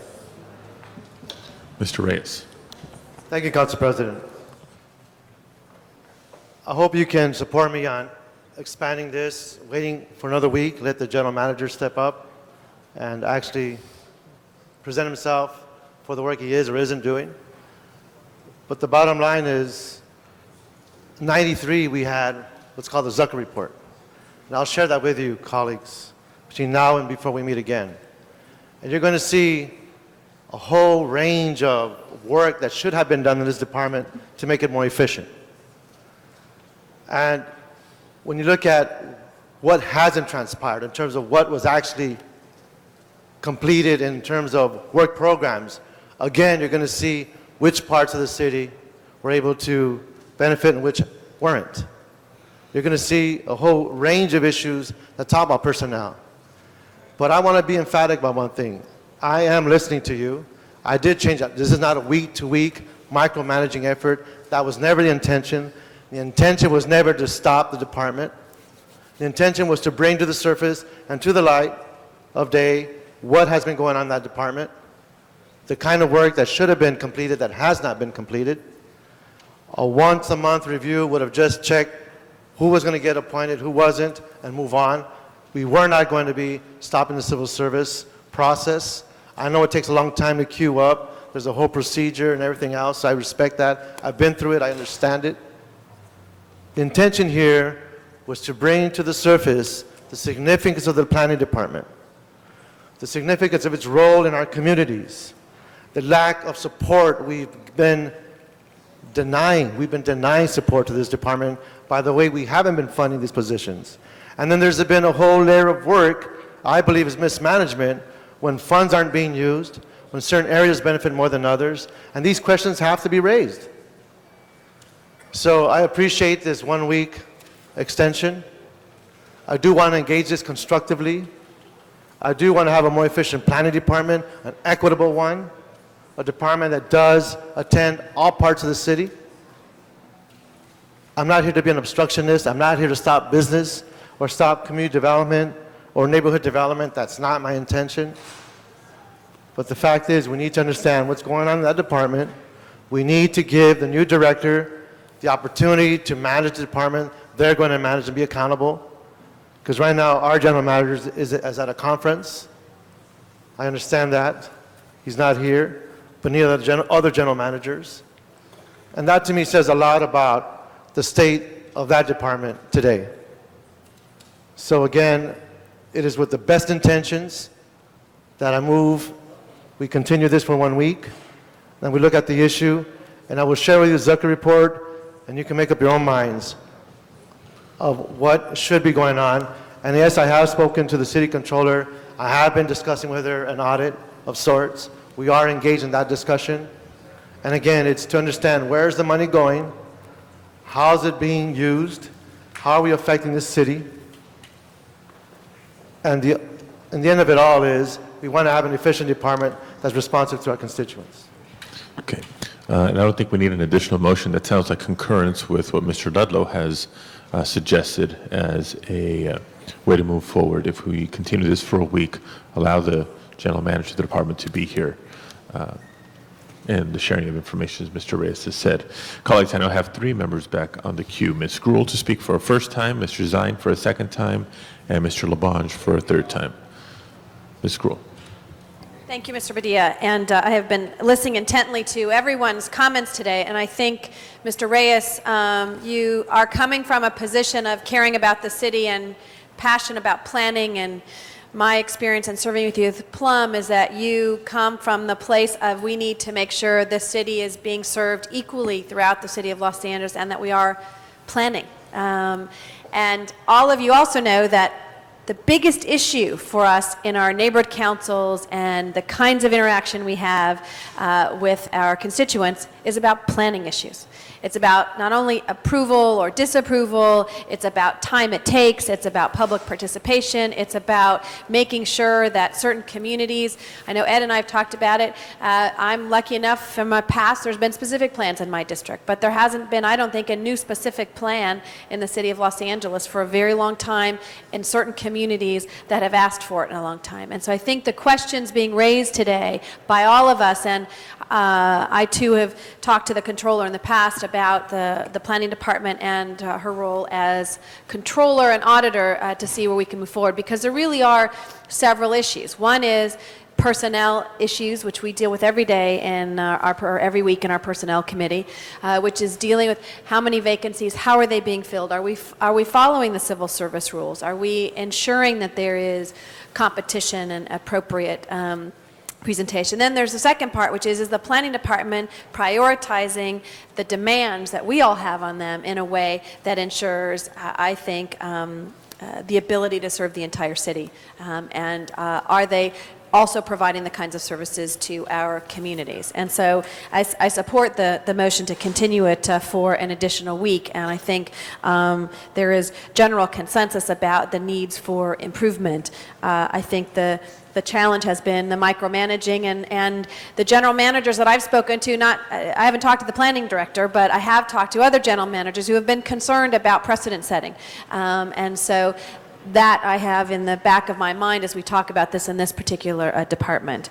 So I just had been quiet and decided just to stand up and say how important it was that we had this discussion today, and I think there's a better recognition from all of our council colleagues, Ed, because of your efforts about some of the challenges we have in the planning department. Mr. Zine. Thank you, Mr. President. Just very quickly from the representative from the Planning Department. When is Mr. Conhell scheduled to retire? We have not received the documentation from retirement, which gives us the specific date, because that's what the department normally receives when a person is retiring from the department. Okay, but he has stated he's going to retire. Yes. And in the interim, he's going to remain until we have a new general manager. That has been the understanding he has explained to the staff. And Ms. Whalen, how long is that search normally going to take? We're expecting that the search, as I say, we extended the filing. It was supposed to close the 18th, then we moved it to the 25th. Now it's going to be later because we want to make sure that we involve the area planning commissions, which my staff and a member of the mayor's office has been in attendance. We're also meeting, we've had 2 meetings now with the employees of the planning department so that we can get a sense of what their concerns are and what their priorities are. So in putting that all together, I would say a minimum of 3 months. But we already have received applications from interested individuals.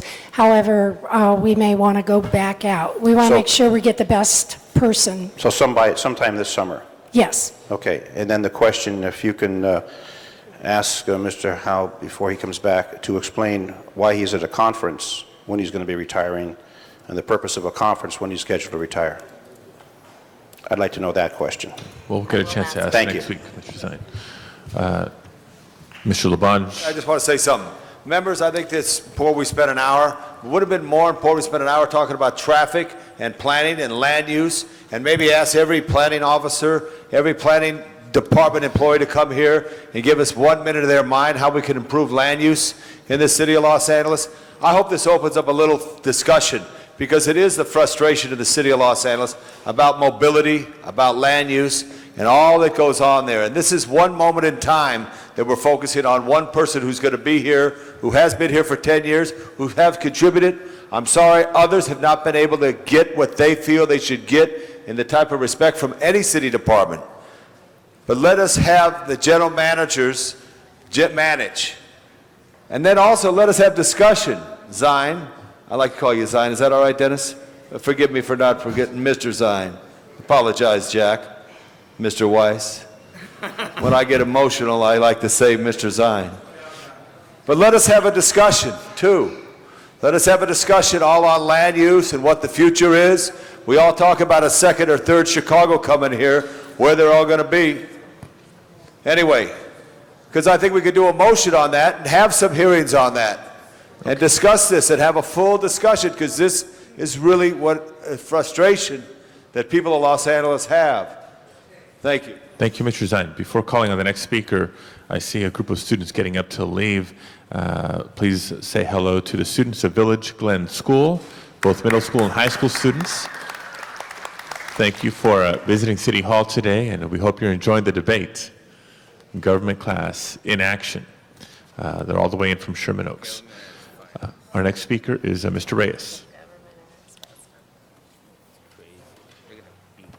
You know, colleagues, for me, the bottom line is when people can live in a home, when people can find a place to shop, the local neighborhood, when you look at all the land use implications and how we use our laws, now has denied certain neighborhoods for decades the quality of life that we all expect. That's the real motivation for me to be here to push forward the kinds of strategies and approaches that I'm speaking to. I'm talking about a quality of life, and I'm talking about relieving the pressures on those communities, on those families that today do not have an understanding or a sense of hope of what's going to be happening to them tomorrow because they don't have a place to live, because they don't have a job. And we look at how we have manipulated our land use, you're going to see, if you take the time to understand the implications of these laws in certain communities, you're going to hopefully understand the reason why I am so aggressive about these kinds of issues. It's not about an individual, it's not about a person, it's about whole communities who right now in Los Angeles are suffering because we did not provide the proper support systems, primarily in the land use arena, that could have created environments that would have stimulated jobs, that would have stimulated open space, that would have created places to live near schools. That's my motivation. This is not a personal or personality issue. It's about how we use our resources to raise the standard and quality of life and give certain people a sense of hope in the city who are right now hopeless. Mr. Parks. Thank you, Mr. President. I'd just like to go on another tack on something. This gives an opportunity as the budget is coming up, and so many of the issues that we're debating today have to do with how we construct the budget and how we put departments in a position of giving them a false budget July 1st and then freezing them, and not understanding that it takes 2 to 3 months to get anything from a clerk typist to an assistant general manager filled through a process that we set up, and then to bring them on the table and criticize them when they don't fulfill it as fast as we like, but yet they're following the rules. This is why it's important that during this coming process, that I hope we can solve a portion of the structural deficit, that when we give them a budget July 1st, that they can live within it, that we would not put them on a freeze through that year, and we would not be dealing with a lot of these circumstances. We had a similar circumstances a few months ago. We brought DOT here and we beat them to death about not having people available to, and we lost funding because they weren't reviewing citations. But every department goes through what planning is going through. When we look at some of the projects that come through City Council, that if it goes through 3 committees, that's 3 months. It takes to get through planning, 1 month to get through personnel, 1 month to get through budget and finance, and then they have to go to personnel and get their cert list. You have just given them a 4 to 5 month project to fill a position. And as long as we do that, we're going to have the same situation and concerns about how departments react. General managers should be allowed to be general managers. We should give them the ability to perform, give them a budget document that they can live with for a year, and not give them freezes within 3 months of the budget. And we will see a far greater progress and a far greater responsiveness as it relates to the city. But that's something that we can solve to some degree by dealing with the budget in an accurate manner, not giving a budget July 1st knowing it's $300 million in the hole the day it's signed, and then scuffle for 12 months figuring out where the $300 million is.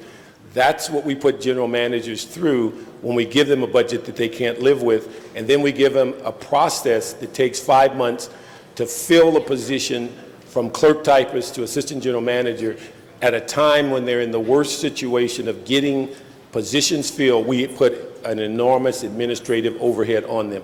We could solve some of that in the budget, and we wouldn't have general managers and people from departments here explaining what we just did to them for the last several months. So I would hope we could solve some of that in the budget. Thank you, Mr. Parks. Colleagues, is there even a need for a vote here? Is there any objection to continuing this item for 1 week? With the, well, we'll have that carry over as well.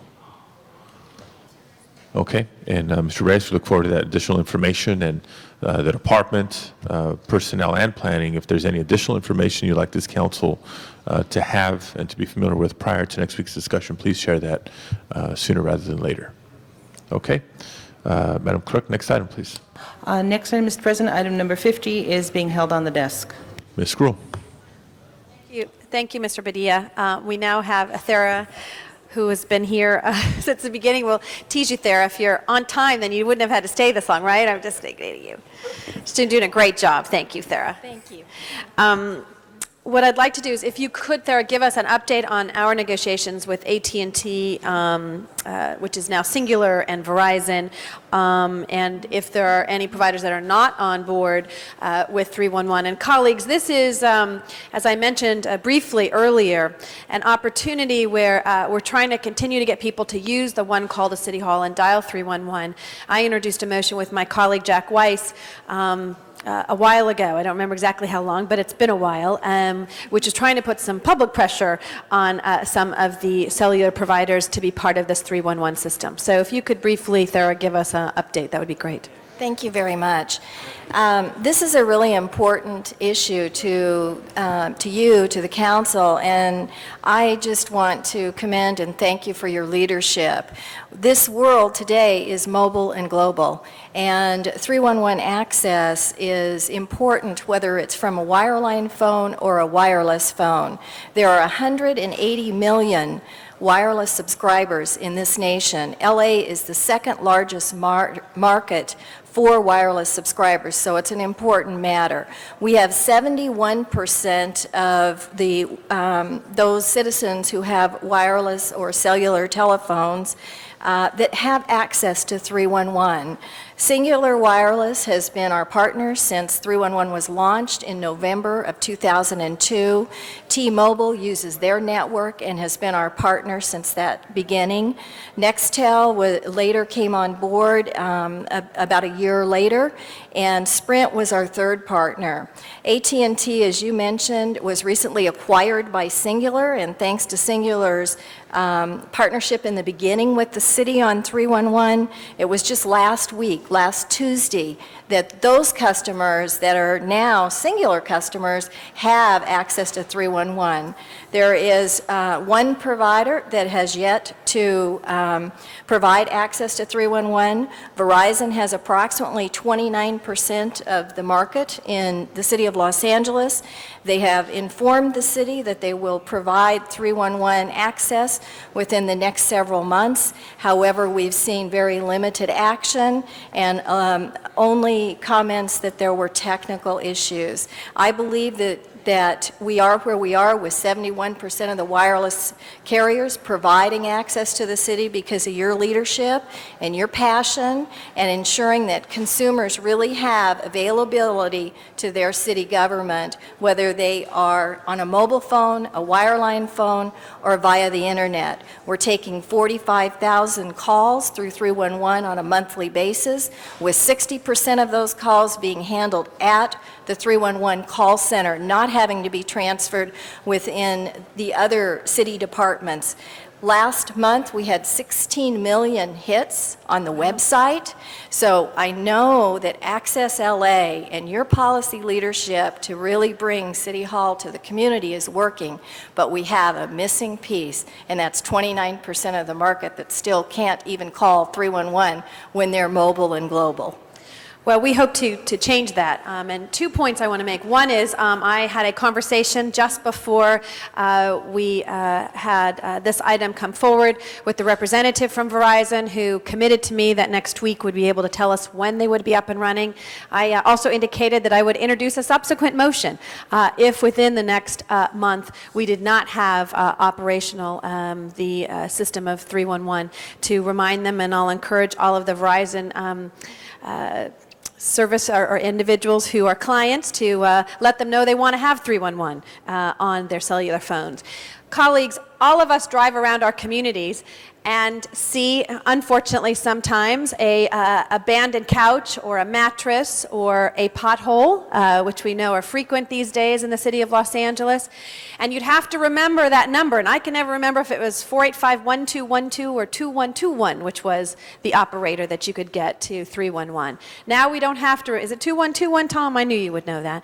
Now we can call 311, and my Chief of Staff, Claire Bartels, last week used that call from her city phone. And so as we have this partnership with our communities, and we ask them to be our eyes and ears and to help us identify where the problems are, this new public-private partnership with these private companies is going to allow us to better serve our community and for the city to provide those services. So I'm thrilled about it. And actually, I have with technical assistance from my colleague, Eric Garcetti, we're going to demonstrate with his phone, which is his personal phone, which is Sprint, with his speakerphone, because ours wouldn't work, actually call 311 from this number. So we're going to try it right now.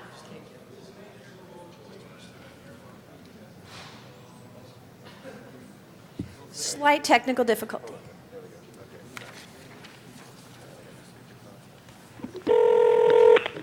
This is Mayor Jim Hahn. Thank you for calling 311. This is an... Here's 0. It's going to 0. It's always dangerous. Agents are currently assisting other customers.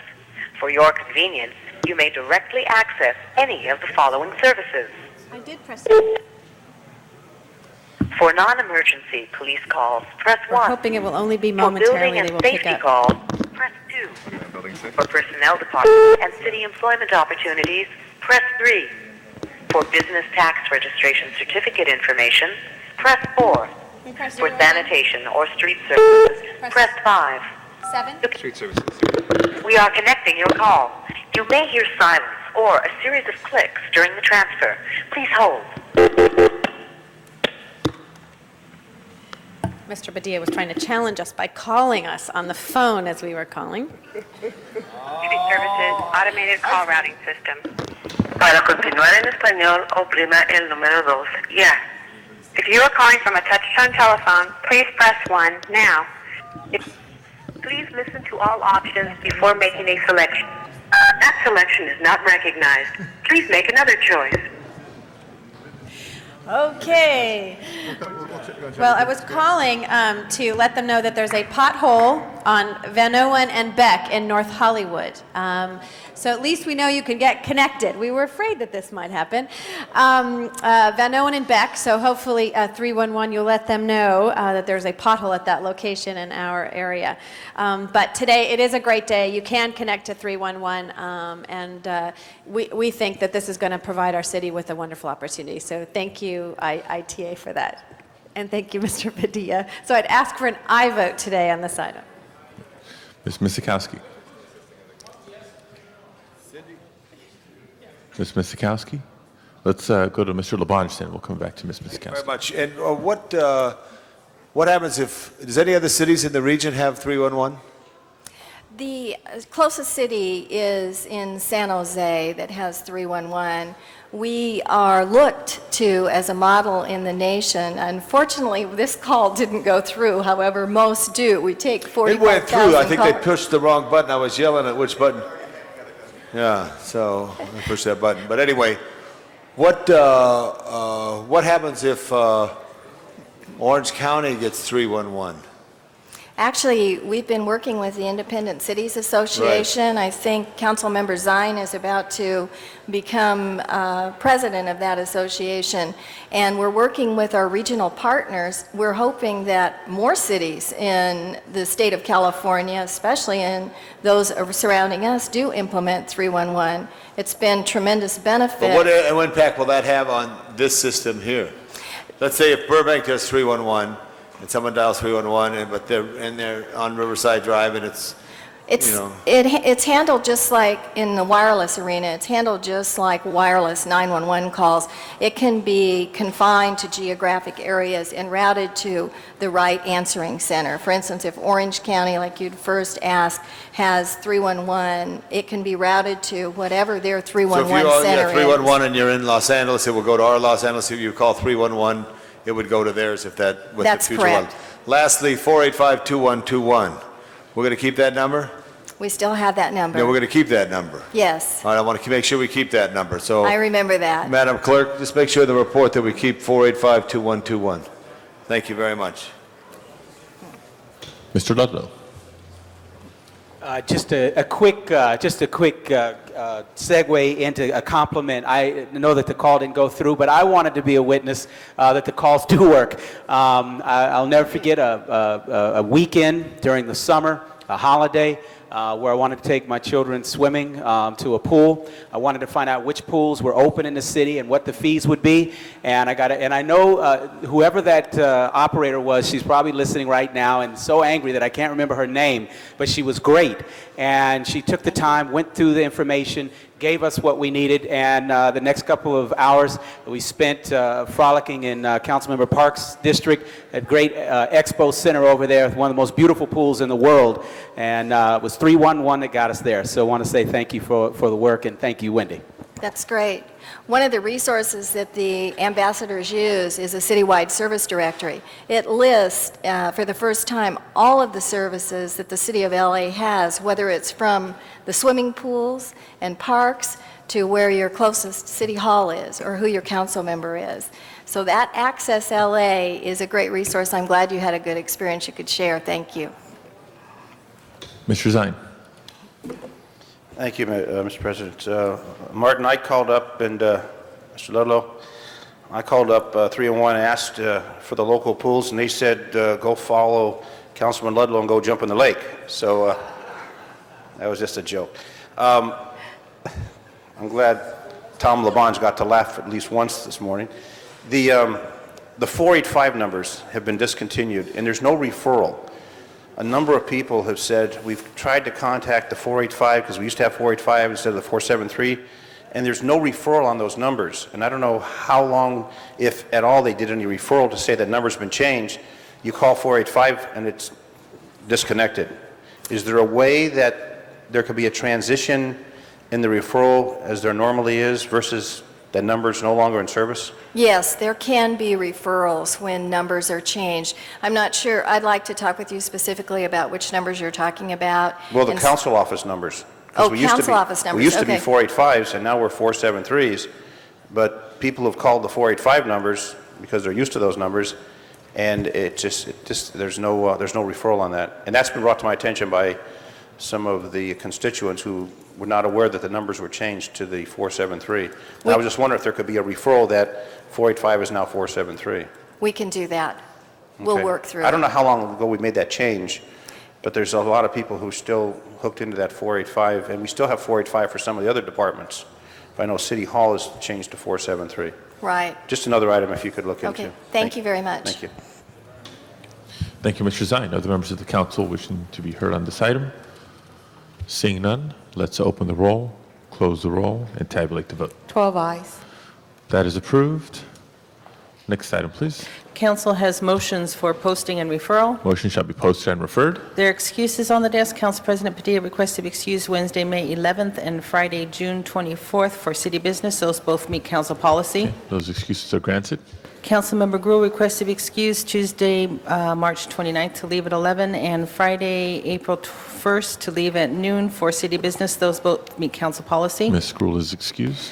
Councilmember Smith requests to be excused Wednesday, March 23rd to leave at noon for city business. A motion is required. Mr. Zine moves. Mr. Smith is excused. And Councilmember Hahn requests to be excused Wednesday, March 30th to leave at 11 a.m. For city business. That meets council policy. Ms. Hahn is excused. And that clears the desk. Okay. Colleagues, we have announcements today. Mr. Garcetti. Thank you very much, Mr. President. Colleagues, I think most of you may know this, but for the public out there and folks that are in the audience today, it is our President Alex Padilla's birthday today. So I wanted to wish him, extend him a very happy birthday today. He's now of legal drinking age, and he'll be enjoying that later. Thank you, Mr. Garcetti. Ms. Gruhl. No, I have an adjourning motion. Adjourning. Other announcements? Other announcements, colleagues? Mr. President, I Mr. just want Labange. to let you know, yesterday I spent the better part of the day with my family at the zoo. It was absolutely a wonderful experience, and the one thing, we've talked a lot about the rains, it made everything so beautiful and green. And the park, Griffith Park itself, is absolutely magnificent. So it's a good time to take a hike and get a little exercise now that spring has arrived. That's right, spring has arrived officially on Sunday, so I just wanted to put a plug in for good exercise, good walk through a good park in the green. Thank you. Other announcements? Final announcements? If not, then just Mr. Labange, in recognition of spring arriving on Sunday, had a chance on Sunday to take a little drive to a town called Vero Beach, Florida, where the Los Angeles Dodgers have their spring training facilities. And first time for me, big baseball fan, nothing like it. Nothing like it. I was there when I was 24 years old. A lot of turmoil, over They some of threw the me players out. that have been traded and some of the players that are gone from the Dodgers. But every spring you get to start anew, and every team is tied for first place. That's great. And who was playing? It was the Los Angeles Dodgers hosting the Washington Nationals, a new baseball team. The old Montreal Expos are now in Washington. So I get to tell, you'll get a kick out of this, Mr. Labange, I get to tell Mayor Williams from Washington, D.C. that I saw the Washington Nationals play before they had their opening day in Washington. That's right. That's good. No, we lost 9-3.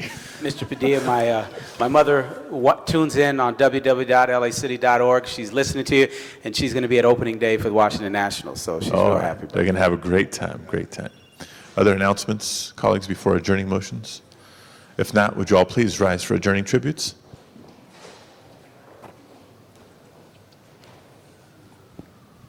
Ms. Gruhl.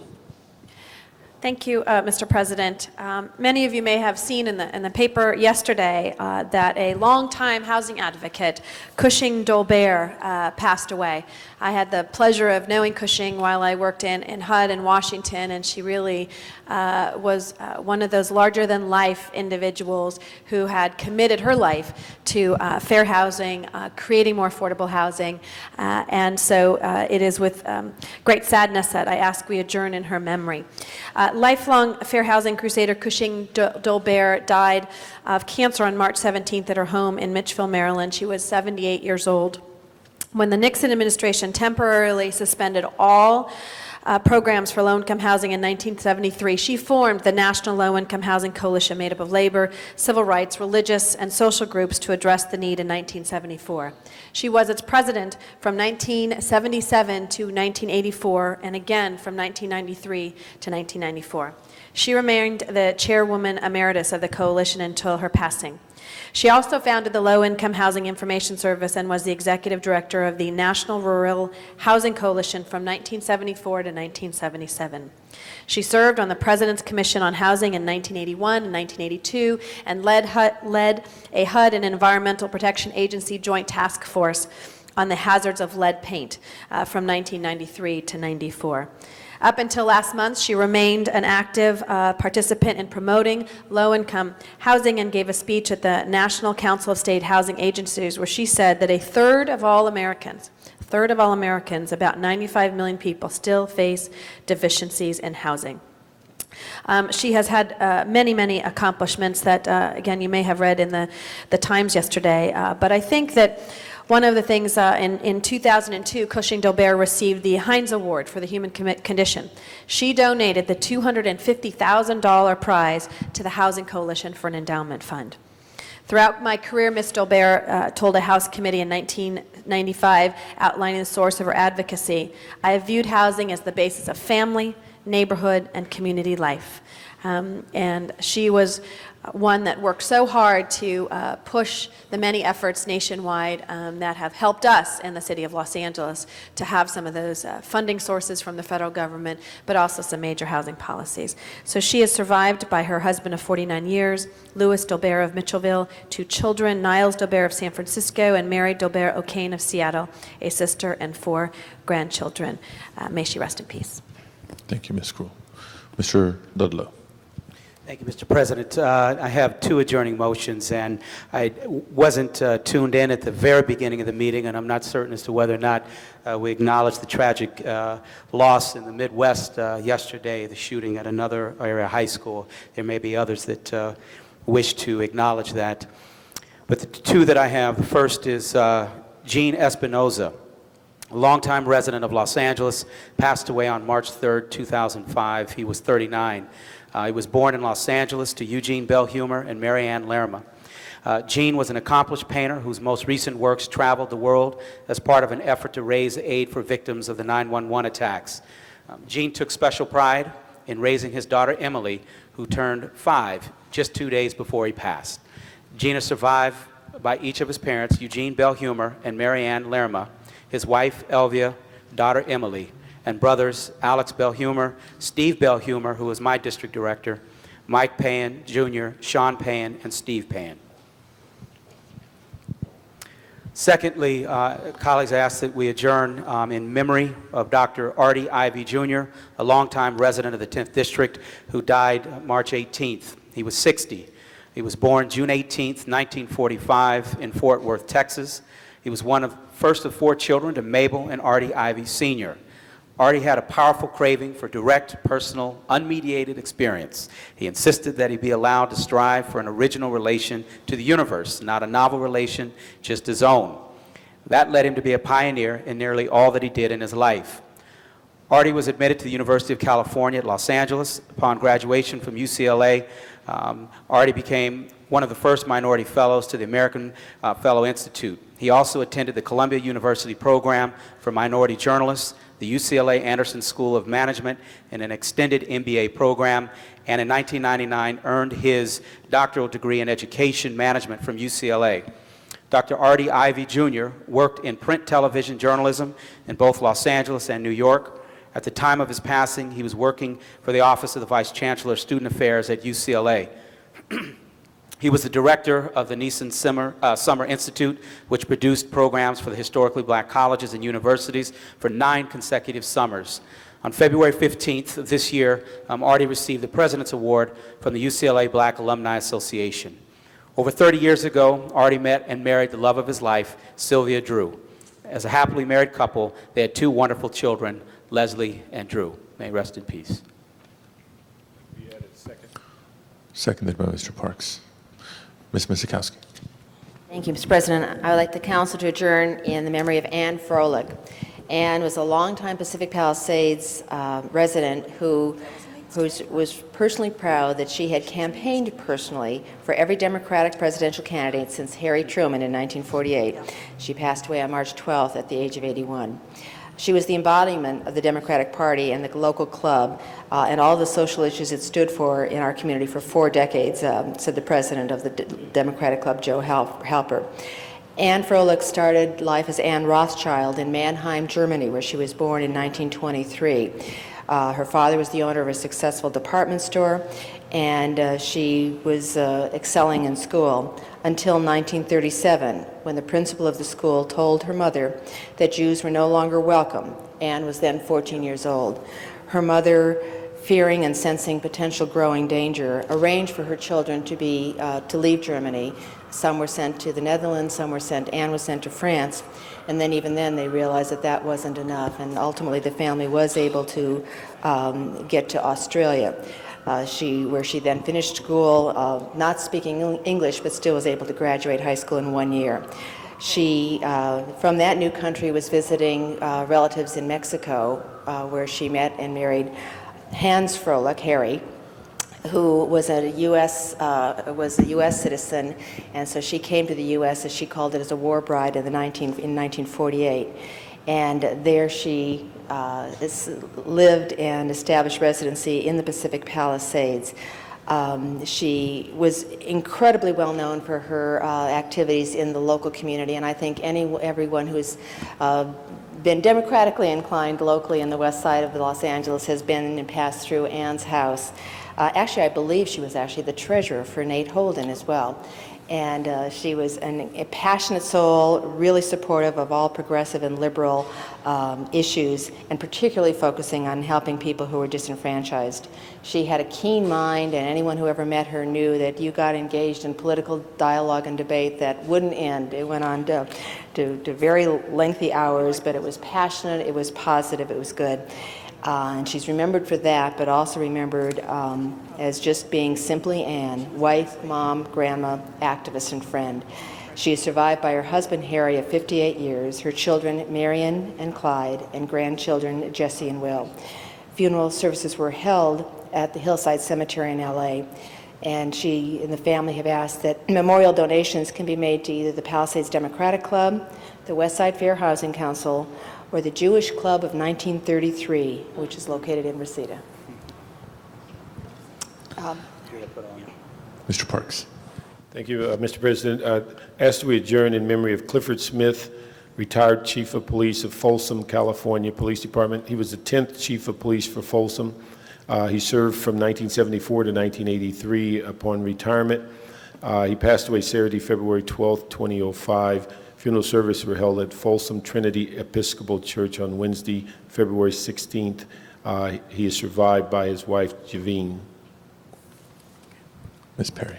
And thank you, Ms. Misakowski. I knew Anne also, and she was really just unflappable. Worked with her on a couple of campaigns for Mr. Holden, and she was a wonderful person.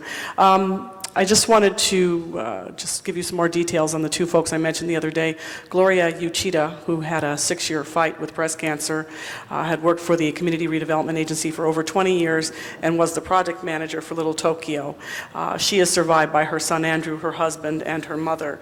And then Tom, I think you wanted to second this one for Eddie Oshiro. He was sort of the unofficial community photographer for Little Tokyo and a much beloved figure, showing up at every gathering with his digital camera, which he would then print and deliver to those appearing in the pictures. And I bet you got some, because I got a lot. And he was just a lot of fun. He also ventured out throughout the city taking photos just to meet new people. He was a 15-year resident of the San Pedro Firm building, where posters of his photography are displayed, and he passed away on Friday, February the 18th after being struck by a car. He is missed by many, and the community had a celebration in his memory and of his work on March the 4th. The last one I wanted to do is one that does have a personal connection to people that many of you have worked with. And this is an adjournment in memory of Bobby Short, who passed away yesterday at the age of 80. And many of you know that he was a fixture at his piano in the Carlisle Hotel in New York for more than 35 years. He had a career that stretched for over 70 years, and he died of leukemia at New York Presbyterian Hospital. His classic songs and suave presence entertained thousands of people for many, many years, and in 2003 he celebrated his 35th anniversary at the hotel, and his fans included the rich, the famous, and just regular folks too. And he planned to make 2005 his final year at the Carlisle, but he was far from retiring. He was nominated in 2000 for You're the Top, Love Songs of Cole Porter, and that 1993 he was nominated for Late Night at the Cafe Carlisle, and he appeared in many movies. But I just wanted folks to know, and I'm going to make sure that his family knows we did this today, he is survived by his adopted son Ronald Bell and brother Reginald Short and his nephew Ted Short, and his great-nephew Todd Short. Both Todd and Ted are lobbyists who have done work with various clients and are in and out of City Hall a great deal, and I thought that it would be nice to remember their relative in this way. Thank you. Thank you, Ms. Perry. And, Mr. President, just on the Eddie Sure, Oshura, lunch. Jan Perry, when I informed the people at Griffith Park where I used to hike with, they were all shocked and sad, and he truly was a very special individual, Eddie Oshura.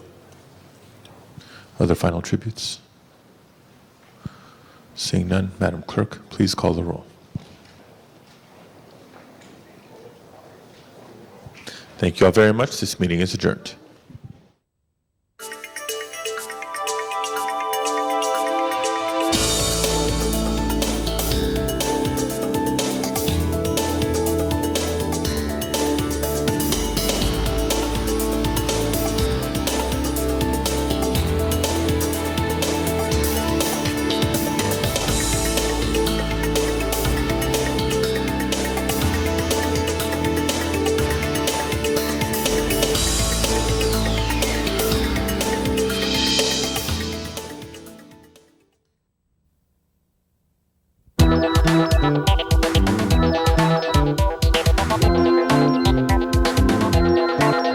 You are watching LA City View, Channel 35. Your city, your channel. We now join our scheduled program in progress.